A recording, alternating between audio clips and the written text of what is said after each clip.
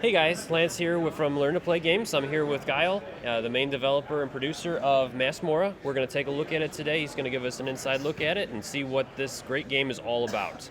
So if you could give me a little bit of information about it real quick, just a basic overview of what this game is and some of the features for it. I know it did really well on Kickstarter and we unlocked a ton of new stuff, so I know our Kickstarter backers are really excited about that.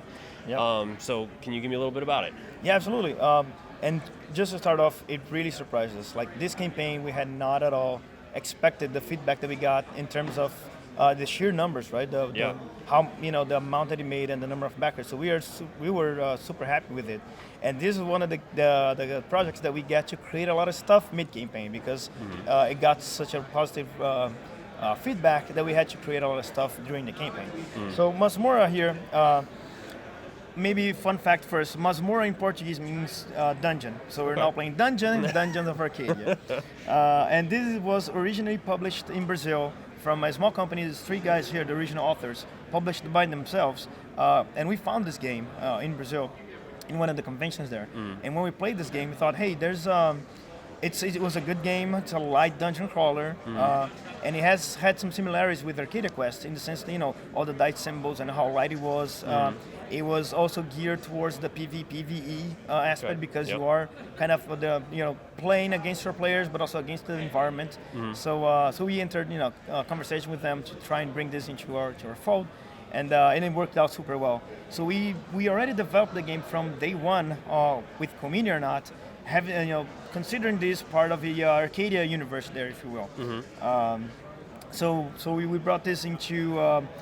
We developed the characters and the settings and the monsters, everything kind of tied into the universe. So every hero for Masmorra that you purchase from the boxes is already compatible with Arcadia Quest. You can also buy a conversion kit from Arcadia Quest. They can bring some characters into Masmorra. That's really nice. Yeah. So it really will expand and open up all the different playing possibilities for it. Yeah. Cool. We wanted to make sure that the sister product there was not just thematic, but also functional for players. It's also worth to note that Masmorra Dungeons of Arcadia is a dice-driven dungeon crawling game. So you will, as you will see in a moment, you will build a dungeon, but the gameplay is very much based on the action dice you have at the beginning of your turn. So you roll that special pool of dice, and you get one full reroll, and then those dice determine the actions you can do during your turn for the game. So it's a light dungeon crawl game. Great. So we're going to go ahead and take a closer look at this, and we're going to get to see how this game works and functions. We'll be right back. All right, so here we are taking a look at Masmorra Dungeons of Arcadia. And this is a little simplified setup here for us. In Masmorra, every single hero always starts with the start tile, which is a double-sided tile there for easy differentiation from the other ones. And all heroes start there. And in every single game of Masmorra, you're always trying to be the first player to reach 16 experience points, which are tracked on this sheet here. For the prototype, you only have simple tokens like this, but during the Kickstarter campaign, we did manage to unlock nice stackable plastic tokens for these. So let me put this aside for a second. In order to get experience, you pretty much do all the things that you expect from a dungeon crawler. If you kill monsters, you get experience. When you open treasure chests, you find experience. And also when you disarm traps, that's how you also get experience. So your basic goal here is to just explore as much as you can and participate in all these adventures in the dungeon to be the first to reach 16 experience points, and that will determine the end of the game. So on your turn, you get this hand of 6 special dice. Some icons you might recognize from Arcadia Quest, and some are brand new. We show all of them here. We're missing a shield. There you go. So you get to roll this 6 dice right here. And before you use them for actions, you get one full reroll. So you may save what you want there. Say I want to keep the bow and 1 heal. I roll the rest. And then I take my turn using these as guides for my actions. Also worth to note that every single character comes with a free step token like that, which pretty much guarantees you have a step symbol even if you don't roll one. And those are pretty simple. You use those to perform different actions in the dungeon, such as you may spend a step symbol there by placing it on the use die area of your character to get two step points.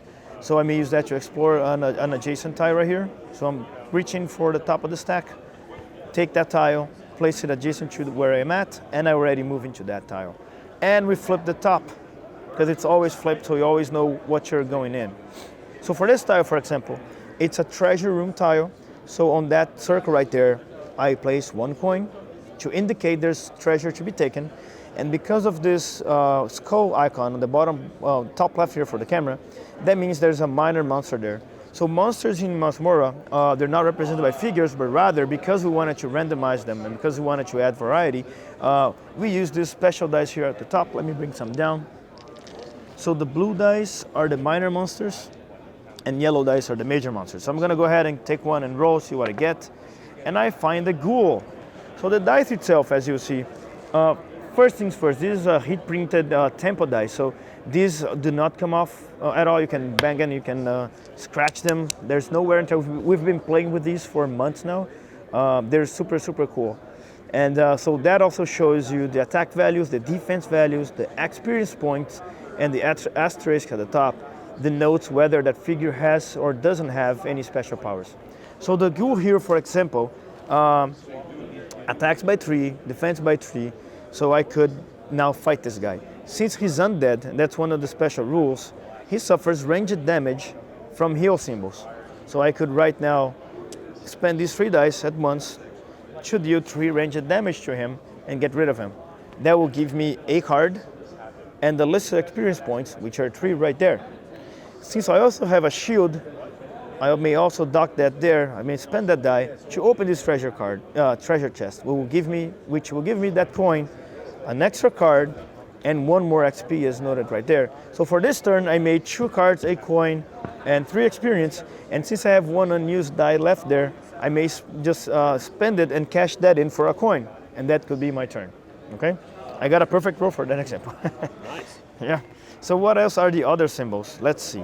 So swords are used also for fighting monsters in your room, but when you fight with a sword, you get attacked by the payback, and when you're fighting with the ranged icons, you don't get attacked back. However, your attack has to be entirely ranged in order to not get attacked back, which means you can also combine those to do attacks, but those are counted as melee if they have any swords on them.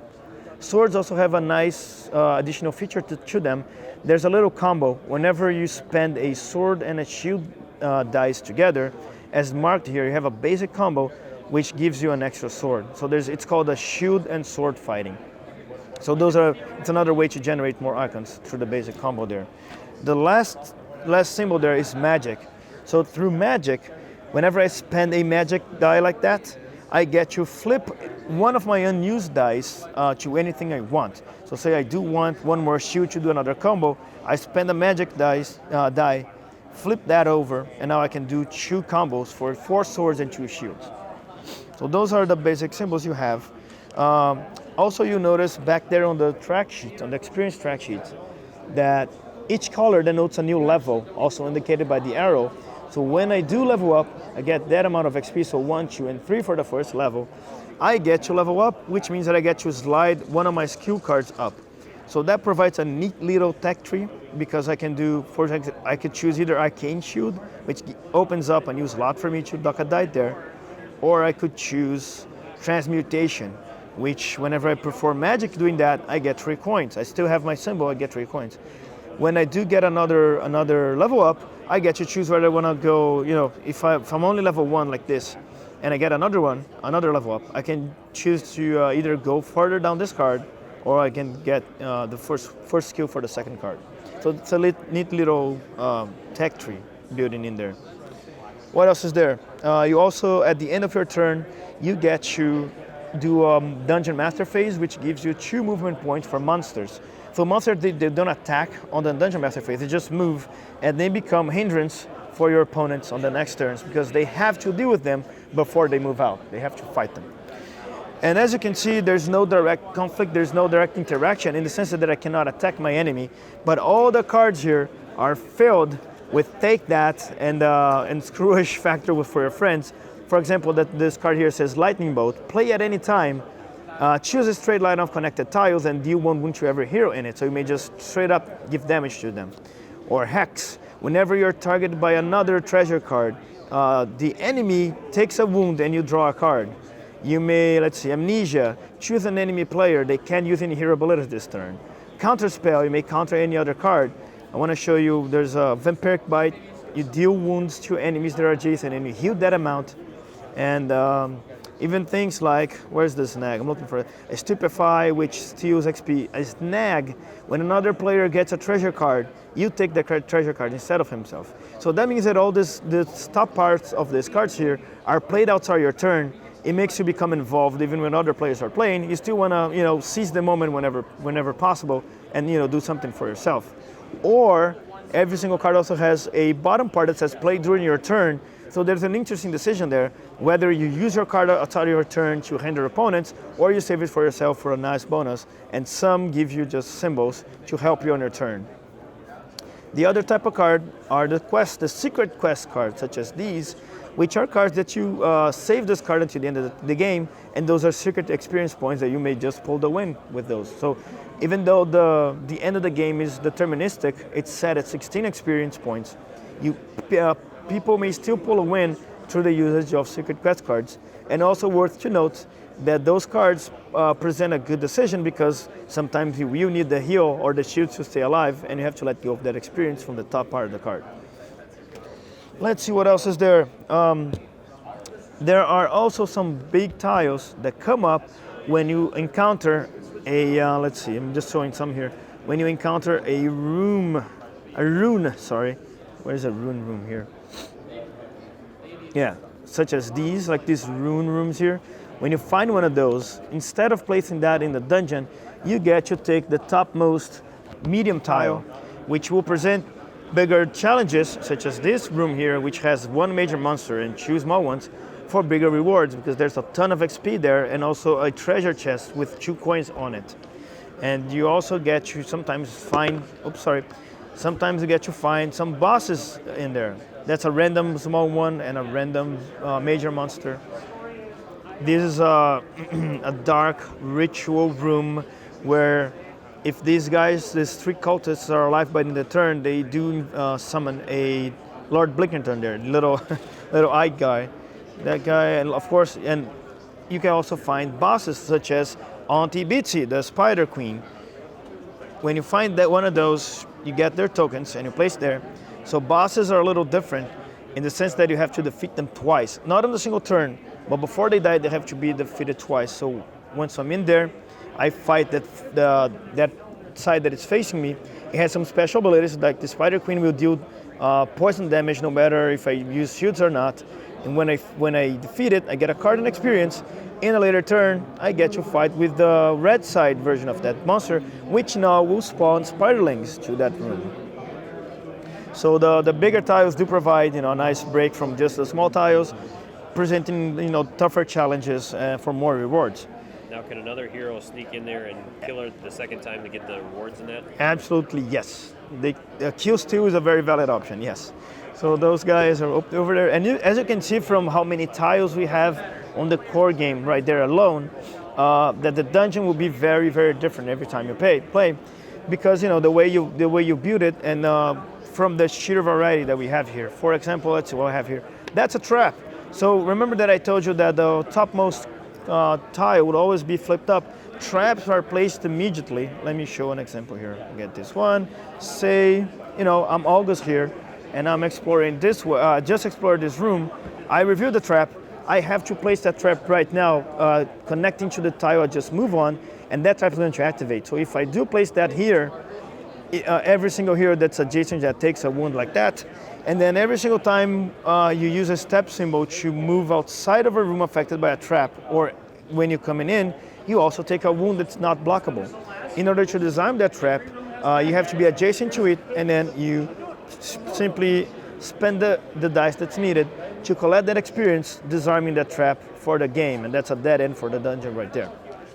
Of course, the rogue character, through her natural ability, is to disarm those traps with just 1 die, so she has an easier time with that.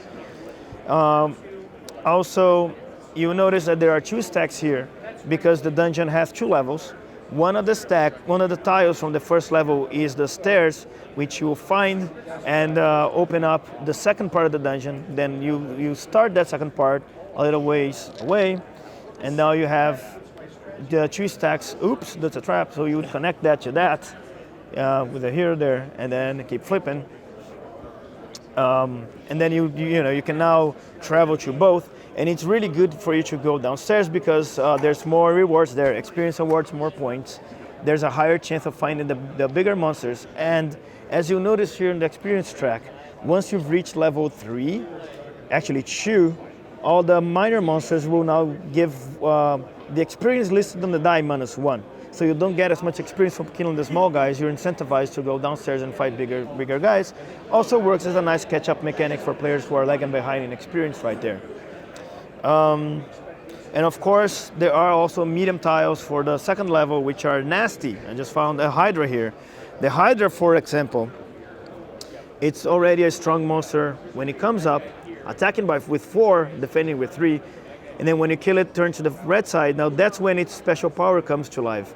A Hydra, as you know from the mythology, you have to just cut all the heads at once, otherwise it'll just grow back the heads. So for this guy, you have to kill the red side only using sword symbols. If you don't, you still get the kill, but it flips right back up. So that's one of the neat little things from that. What else? Let's see.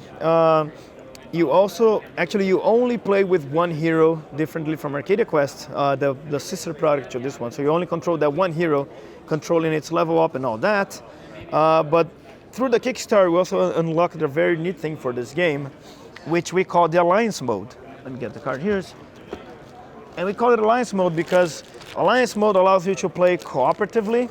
So now you get a new set of cards for treasure, because of course all the top part with the take that parts are gone, and now the decision's more geared towards, do I want to do something smaller for my friends on my turn, or do I want to save that card for myself for a bigger effect? So all those cards are now cards that you use on a co-op mode, brand new cards.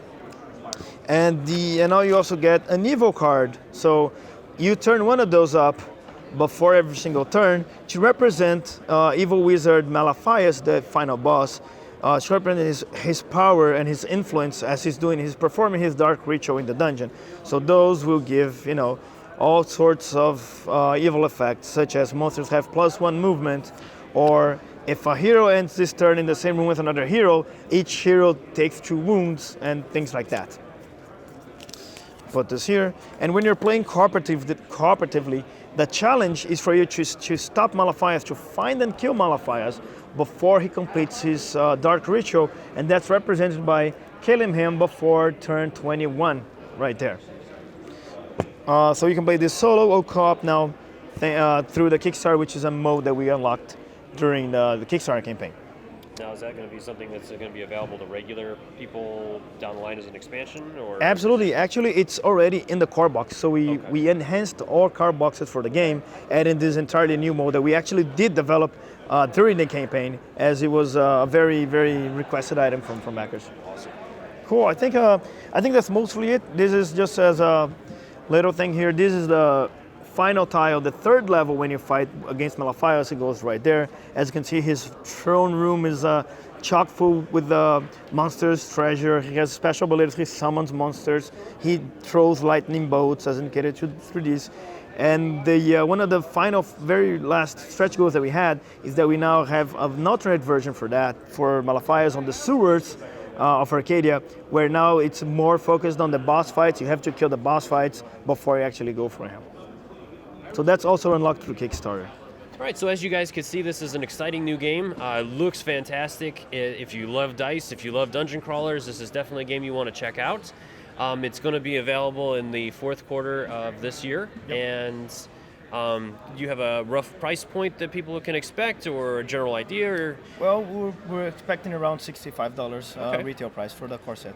So that's a great value. As you saw, there's tons and tons of content in this. So what kind of plans do you have after this? Is there going to be expansions or other dice packs available or anything like that? Yeah, absolutely. We are planning on at least 2 expansions that we've sort of showed in the Kickstarter campaign. One of them is a hero expansion, so you get one box with 5 new heroes to play with, and also you get 2 more medium tiles and 2 new bosses on that pack. Okay. And there's a monster expansion, a monster dice expansion Nice. set, which brings another 12 new monsters, actually 12 new dice, which will give you 24 new monsters from minor dice and major monsters, and another 2 bosses, 2 tiles. Great. So thank you for joining us. I will have a full Learn to Play video up on this as soon as it comes out and is released, so stay tuned for that. Thank you, Guile, for joining us today No and problem. showing us this fantastic game. All right. See you guys on the table. Bye.